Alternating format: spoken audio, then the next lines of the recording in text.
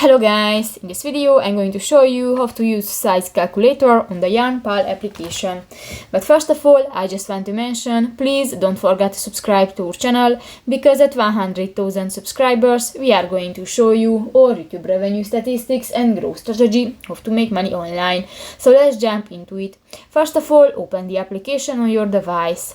So that's the home screen, and you can find different buttons.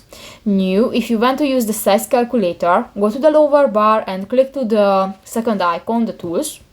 And in the smart tools section, you can find the second option, the size calculator, get accurate sizing instantly.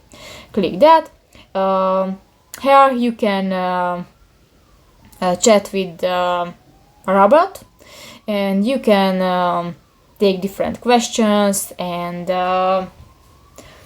you can find an answer to your questions. So that's pretty much it for this video, guys. See you in the next one. Bye bye.